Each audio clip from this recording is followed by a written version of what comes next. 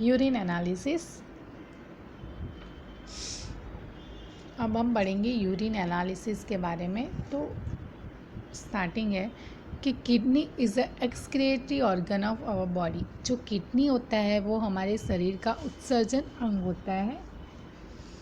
वैसे तो mainly lungs and kidney regulate the internal environment. जो लंग्स और किडनी होते हैं, फेफड़ा और किडनी दोनों मिलके हमारे शरीर का अंदर के एनवायरनमेंट को बैलेंस करते हैं। लंग्स का फंक्शन है ऑक्सीजन और कार्बन डाइऑक्साइड का प्रमाण को बैलेंस करना, और किडनी का क्या है कि जो बॉडी फ्लूइड होता है हमारे बॉडी में उसका केमिकल संयोजन करता है, प्लस यूरिन का एसिडिफिकेशन करता है। और जो हम खाना खाते हैं, जो हमारे खाना इंटेस्टाइन में जाता है, जहाँ उसका मेटाबॉलिज्म होता है, मेटाबॉलिज्म में जो वेस्ट प्रोडक्ट होते हैं जैसे urea, uric acid, creatinine, ammonia, sulphate, उन लोगों जैसे कचरे को निकाल करता है, वेस्ट मटेरियल को निकाल करता है। अभी स्ट्रक्चर ऑफ किडनी।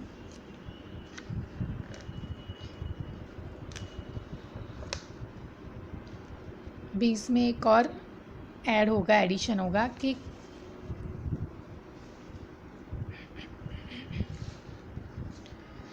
किडनी है वो उसका मेन काम क्या होता है, उसका वर्किंग नेचर क्या है। तो वो ब्लड प्यूरिफिकेशन करता है, प्लस इलेक्ट्रोलाइट होता है जिसको बैलेंस करता है। इलेक्ट्रोलाइट मतलब सोडियम, पोटेशियम और क्लोराइड। एंडोक्राइन का काम करता है। इरिथ्रोपोएसिस जो प्रक्रिया है उसके बारे में हम बाद में पढ़ेंगे। इरिथ्रोपोएसिस मतलब कि आरबीसी, डब्ल्यूबीसी जैसे सेल को बनना, उसको बोलते हैं, उसके लिए भी जवाबदार है। और रेनिन को उत्पन्न करता है जो ब्लड प्रेशर को नियंत्रित करता है, ब्लड प्रेशर को बैलेंस करता है। अब किडनी की रचना, स्ट्रक्चर ऑफ किडनी। तो human kidney is a bean shape. उनका आकार कैसा है, बीन शेप का होता है। बीन शेप मतलब जो वाल के दाना होता है उसके आकार का होता है। और they are always appear in pair. वो हमेशा पैर में होते हैं, मतलब जोड़ी में होते हैं। It is present in a pair attach to dorsal body wall. Dorsal body wall मतलब कि जो पीठ की दीवार होती है वहाँ वो अटैच होते हैं। Each kidney consist to distinct region, outer cortex and inner medulla. हर किडनी में दो रीजन होते हैं, दो भाग होते हैं, outer cortex and inner medulla.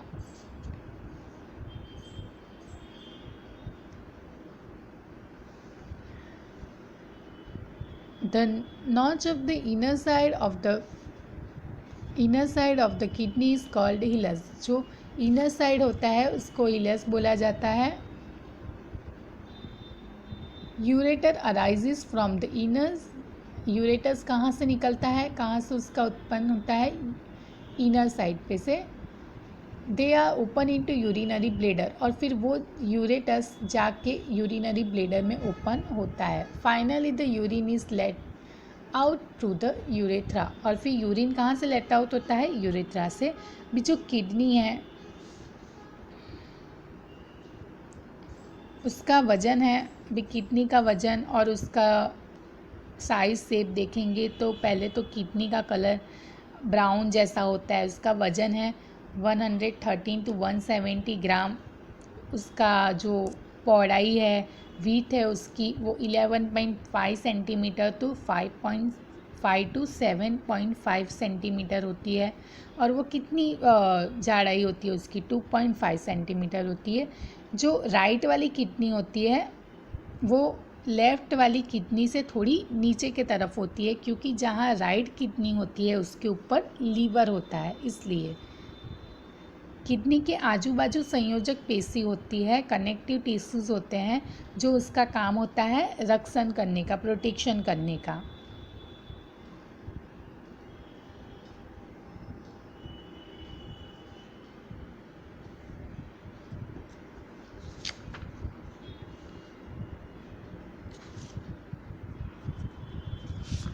अब हम पढ़ेंगे नेफ्रॉन्स के बारे में।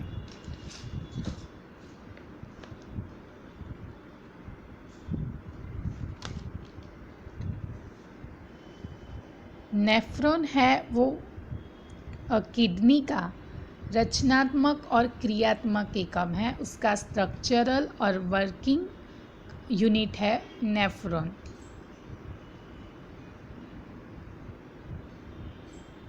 Nephron is a presence inside the kidney and also called as uriniferous tubules. Nephrons or uriniferous tubules is a structural and functional unit of kidney.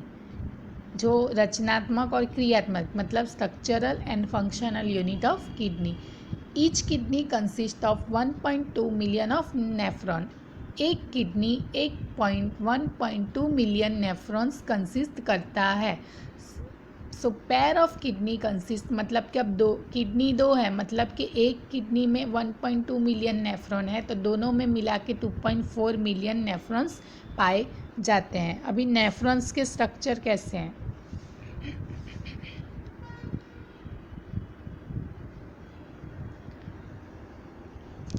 तो उसको दो भाग में विभाजित किया है। एक है माल्फिजियन कॉर्पस्कल के जिसमें फर्स्ट है ग्लोमेरुलस और दूसरा है बाउमेन कैप्सूल और दूसरा है, पहला दो भाग में विभाजित किया जाता है। पहला पार्ट है कि माल्फिजियन कॉर्पस्कल और दूसरा है रीनल ट्यूब्यूल्स। अब जो माल्फिजियन कॉर्पस्कल है उसका भी अगेन दो पार्ट है, ग्लोमेरुलस और बाउमेन कैप्सूल। नेफ्रॉन के जो अंदर का भाग है वो कौन से शेप का दिखता है? कप शेप का दिखता है, जिसमें बाउमेन कैप्सूल, जिसको हम लोग बाउमेन कैप्सूल भी कह सकते हैं। और ये जो बाउमेन कैप्सूल है वो किसके थ्रू बंद होता है? तो वो एनक्लोज होता है कैपिलरी नेटवर्क ऑफ ग्लोमेरुलस। मतलब बहुत सारे कैपिलरी नेटवर्क होते हैं जो मिल के ग्लोमेरुलस बनाते हैं। कैपिलरी नेटवर्क्स को हम लोग रुधिर केशिका भी बोलते हैं।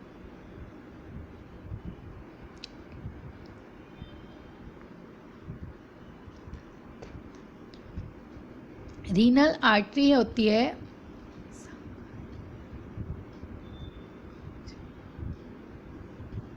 The अफिरेंट branch of the renal artery enter इनू बाउमेन्स कैप्सूल। वो कहाँ एंटर होती है? बाउमेन कैप्सूल के अंदर।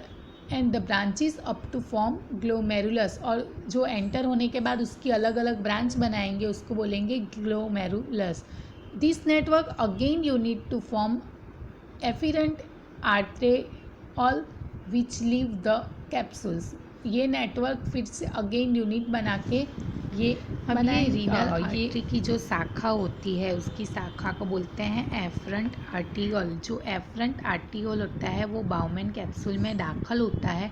दाखिल होने के बाद वो धीरे धीरे छोटी छोटी कैपिलरी में विभाजित होगा, रुधिर केशिकाओं में विभाजित होगा और उसके बाद वो एक जाला जैसी रचना बनाएगा जिसको हम बोलेंगे ग्लोमेरुलस। अभी ये जो जाला उसने बनाया है वो फिर से एक दूसरे से मिल के अटैच होके इफरेंट आर्टियोल बनाते हैं। एफरेंट में से इफरेंट आर्टियोल बनाएंगे जो जो जो फिर कहाँ जाता है? बाउमेन कैप्सूल में जाता है और फिर तीन चीज़ में विभाजित होता है। उसका डिवीज़न तीन चीज़ में होता है। फर्स्ट वन है ऊपर का पोर्शन। ऊपर के पोर्शन को बोलेंगे प्रॉक्सिमल कॉन्वॉल्यूटेड ट्यूब्यूल्स। फिर उसके बाद दूसरा है पतली दीवार वाला भाग जिसको बोलेंगे हैंडलेस लूप, और तीसरा है डिस्टल कॉन्वॉल्यूटेड ट्यूब्यूल्स। अब जो फर्स्ट वन है प्रॉक्सिमल कॉन्वॉल्यूटेड ट्यूब्यूल्स, उसके अंत का भाग मतलब उसकी एंडिंग का पोर्शन प्लस जो पतली दीवार वाला भाग है प्लस जो लास्ट वाला डिस्टल कॉन्वॉल्यूटेड ट्यूब्यूल्स है, वो तीनों तीन मिलके लूप जैसी रचना बनाएंगे, स्ट्रक्चर बनाएंगे जिसको बोलेंगे हैंडलेस लूप। अब यूरिन का फॉर्मेशन कैसे होता है? तो यूरिन का फॉर्मेशन तीन स्टेज में होगा। फर्स्ट स्टेज को बोलेंगे अल्ट्रा फिल्टरेशन, सेकेंड को बोलेंगे सिलेक्टिव रीअब्जॉर्प्शन, थर्ड वन को बोलेंगे सिक्रेशन। अब जो अल्ट्रा फिल्टरेशन है उसके बारे में पढ़ेंगे। फिल्टरेशन मतलब कि गारण, मतलब कि कचरे को बाहर निकल के जो फिल्टरेट अलग छूटा पड़ता है वो प्रक्रिया है। अभी जो एफरेंट आर्टियोल होता है उसका जो व्यास होता है वो इफरेंट आर्टियोल से ज़्यादा होता है।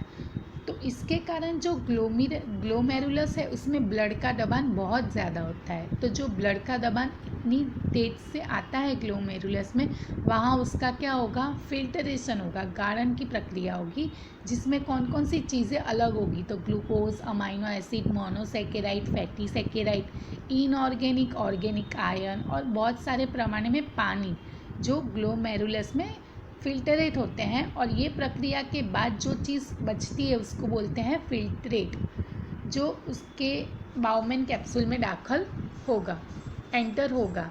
अब जो सिलेक्टिव रीअब्जॉर्प्शंस मतलब कि जो फिल्टरेट अलग हुए हैं, glucose, amino acid, fatty acid, inorganic ion जो ज़रूरी है बॉडी के लिए, उनका अब्जॉर्प्शन होगा, मतलब कि उनका शोषण होगा। कहाँ होगा, प्रॉक्सिमल कॉन्वॉल्यूटेड ट्यूब्यूल्स के अंदर, जो ऊपर का भाग था उसमें। ग्लोमेरुलस फिल्टरेट है, वो पानी का शोषण कहाँ होगा, हैंडलेस लूप में होगा। जो पानी छूटा पड़ा था फिल्टरेशन के बाद उसका हैंडलेस लूप में होगा। और जो glucose, amino acid, fatty acid जो वो सारी चीज़ें छूटी पड़ी थी उसका होगा कॉन्वॉल्यूटेड ट्यूब्यूल्स में। अब जो हैंडलेस लूप में पानी का शोषण हुआ है, अब आएगा सिक्रीशन। तो creatinine, potassium, uric acid, hydrogen ion जैसे वो ये सारी चीज़ें हैं जो घटक हैं, वो डिस्टल कॉन्वॉल्यूटेड ट्यूब्यूल्स में जाके निकलते हैं। डिस्टल कॉन्वॉल्यूटेड ट्यूब के जो अंत का भाग है वहाँ क्या मिलता है, लिक्विड मिलता है, प्रवाही मिलता है, जिसको बोलते हैं यूरिन। वो यूरेटर में से पसार होके फिर यूरिनरी ब्लेडर तक जाता है और यूरिनरी ब्लेडर से यूरेट्रा थ्रू वो बाहर निकलता है। 1 मिनट में 1 लीटर ब्लड किडनी में से फिल्टर होता है, जिसमें से 120 ml जितना ग्लोमेरुलस फिल्ट्रेट मिलता है और हेल्दी व्यक्ति होता है जिसमें 120 ml पर मिनट में होता है।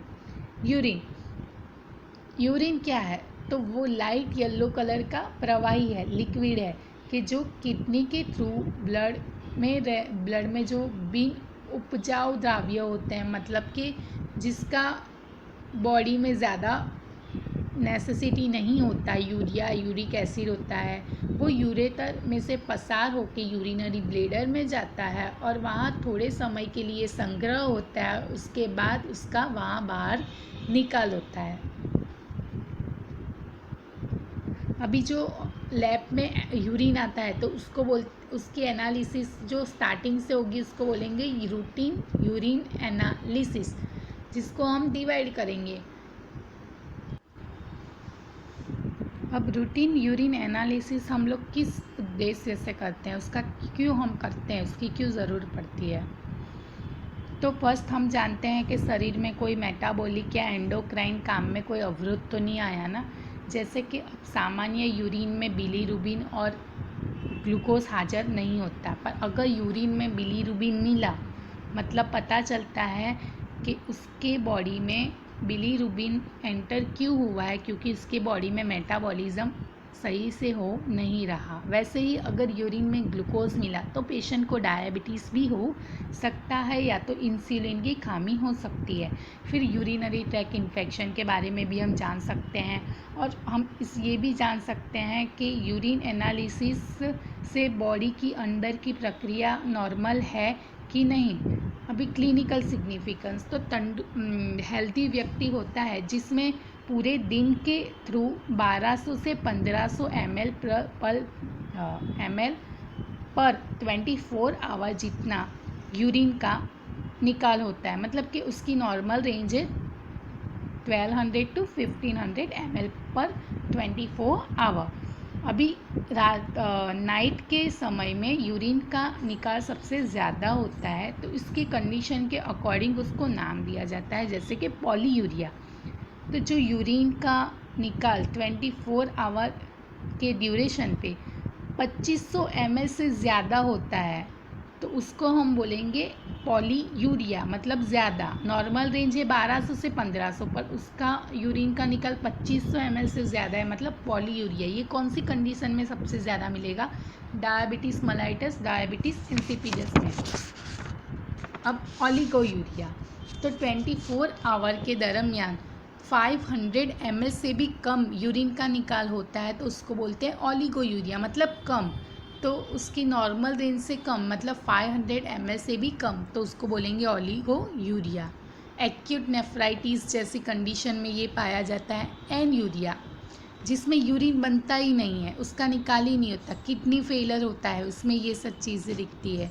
हिमेट्यूरिया, अब सेंट्रीफ्यूज करते हैं यूरिन को, तो जो सेडिमेंट में आरबीसी वैसे तो नॉर्मल हेल्दी व्यक्ति में नहीं होती, यूरिन होता है, उसको हम सेंट्रीफ्यूज करेंगे तो अगर उसके सेडिमेंट में आरबीसी होता नहीं है, पर अगर उसके सेडिमेंट में आरबीसी मिला तो हम ऐसे कह सकते हैं कि उसके यूरिन में आरबीसी का प्रमाण आ रहा है, मतलब कि उसको हिमेट यूरिया हुआ है। हिमेट मतलब कि ब्लड, यूरिया यूरिन, तो हिमेट यूरिया कंडीशन नाम दिया जाता है। वो किडनी के रोग होते हैं उसमें मिलता है, या तो ब्लड के जो रोग होते हैं लाइक एग्जांपल ल्यूकेमिया, थ्रोम्बोसाइटोपेनिया, ये सारी कंडीशन है कि इस कंडीशन में हिमेट यूरिया मिल सकता है, मतलब ब्लड में आरबीसी का एंटर होते जाता है। यूरिन का जो वो होता है कि हम लोग अब वो देखेंगे कि कितनी साइज़ का, कितनी शेप का, कितनी एसिडिटी, ग्रेविटी क्या है। तो जैसे कि वॉल्यूम कितनी होती है यूरिन की, तो 600 to 2500 ml पर 24 आवर। एवरेज कितना होता है 1200 ml का। स्पेसिफिक ग्रेविटी कितनी होगी उसकी 1.003 to 1.030। रिएक्शन एसिडिटी मतलब कि इसका पीएच कितना होगा तो 6.0, और टोटल सॉलिड कितना होगा उसके अंदर 30 to 70 ग्राम पर लीटर। यूरिन सैंपल का कैसे कलेक्शन करना है, तो मॉर्निंग का जब मिड स्ट्रिप यूरिन कलेक्ट करना होता है, पर सबसे अर्ली मॉर्निंग का कलेक्ट करना होता है। 24 आवर के दरमियान बहुत सारी बार यूरिन की कंसंट्रेशन में बहुत सारे फेरफार देखे जाते हैं कि हर व्यक्ति कितना वर्क कर रहा है, कितना वो पानी पी रहा है, उसके आधार पे अलग अलग कंडीशन होती है। और रैंडम कैसे कलेक्ट करते हैं कि पूरे दिन में कभी भी यूरिन का सैंपल वो दे सकता है, तो उसको रैंडम कहते हैं। पर रैंडम सैंपल की वो रिज़ल्ट बराबर नहीं आते।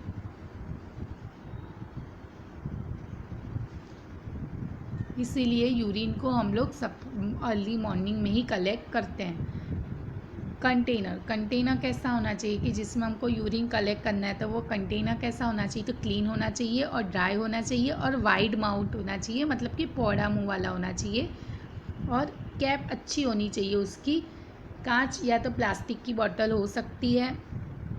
अब पेशेंट को हमको कौन कौन सी एडवाइस मतलब कि सूचना देनी है कि आपको ये चीज़ ध्यान में रखना है, तो पेशेंट को बताना है कि यूरिन को सीधा कंटेनर में कलेक्ट करें, और कलेक्शन के दरमियान फर्स्ट जो स्टार्टिंग का यूरिन है उसको डिस्कार्ड कर दे, और जो बीच वाला यूरिन है उसको ही कलेक्ट करे। सेकेंड, 1 साल से नीचे के बच्चे का, छोटे बच्चे का यूरिन प्लास्टिक बैग में कलेक्ट करें। अब जो यूरिन है उसको हम प्रिजर्व कैसे रखते हैं,